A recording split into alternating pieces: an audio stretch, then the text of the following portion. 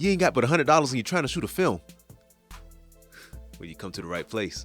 Have a seat. Let me holler at you.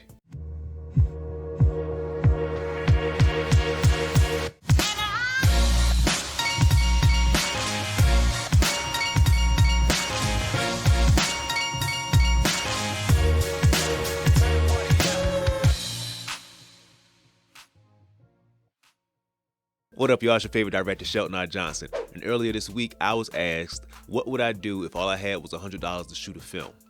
Well, that's an easy question when someone already has film equipment.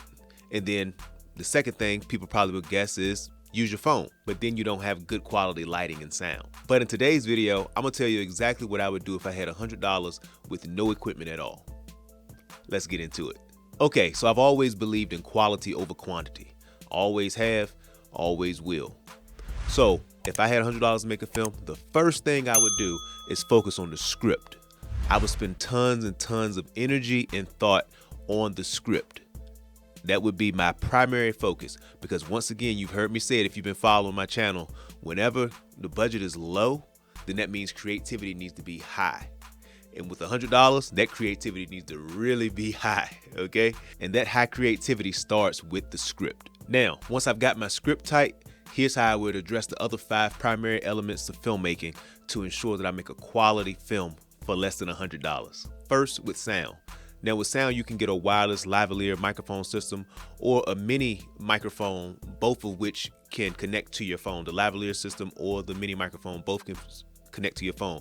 This past year during Black Friday, I was able to buy a lavalier microphone system that connects to my phone for $60.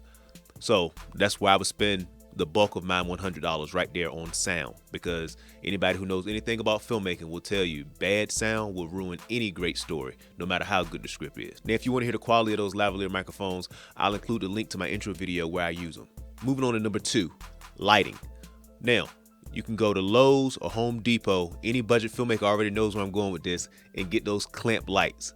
Listen, they work, okay? Listen, I've been on numerous sets where I've clamped those lights to random things around the set. I've even seen people use broomsticks and lean the broomstick up against the wall and clamp the light onto it. I've even had people on set just hold the clamp lights before. They work, they light a scene well, and you can get them, like I said, between $5 to $10. And again, we stand with that $100 budget, so you already got $60 on the lavalier microphones or the video microphone. Spend another $20 on those lighting is what I would do. That brings you up to $80. And you might, if you got some buddies on set, you might want to pay them with some pizza or something like that. So that'll probably be another $20. That's fine, because everything else I'm about to tell you is free. So let's move on to number 3. Okay, so for number 3, we're talking about locations. And with locations, you want to keep the number of them small, and you want to make sure that obviously they are free. This means that you'll probably end up using, I've seen people use places where they live, places that are easily accessible to them. And I'll be making a video on how to book locations for free, probably in the near future, more than likely, but we'll see. But then you also want to make sure that the location is local for your actors and that it's easily accessible for your actors to get to. And having that limited number of locations also helps the actors to not have to travel as much, especially when they're already doing your movie for free. Number 4, actors. Now, like I said with locations, I also plan on doing a video in the near future where I give advice on how to book actors for free. But in the meantime, in between time, you can cast your friends.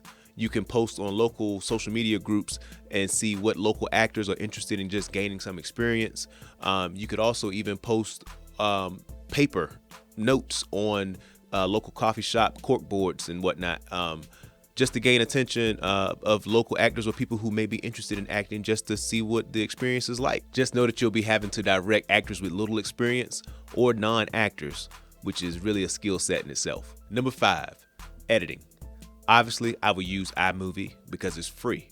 However, if you have some room in your budget, I would upgrade to a cheap editing software, anything that would allow me to edit and play with the audio to make sure that the sound quality is as clear as possible. Because again, sound is the number 1 driver to push people away from the film. So there you have it. That's how I would spend $100 to make a quality film.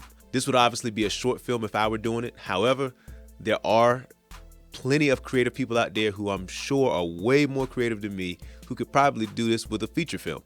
Who knows? I would love to see it. If somebody does do it, definitely leave a description down in the comment section below because I would love to watch it. Thank you for watching this video. And if you have any comments, recommendations, or questions about how you could or should make a movie for less than $100, please leave them down in the comment section below while I try my best to respond to each and every one of them. And if you're new to my channel, I like to say please hit the subscribe button down below where I promise to be making more videos where I bring the common sense approach to filmmaking.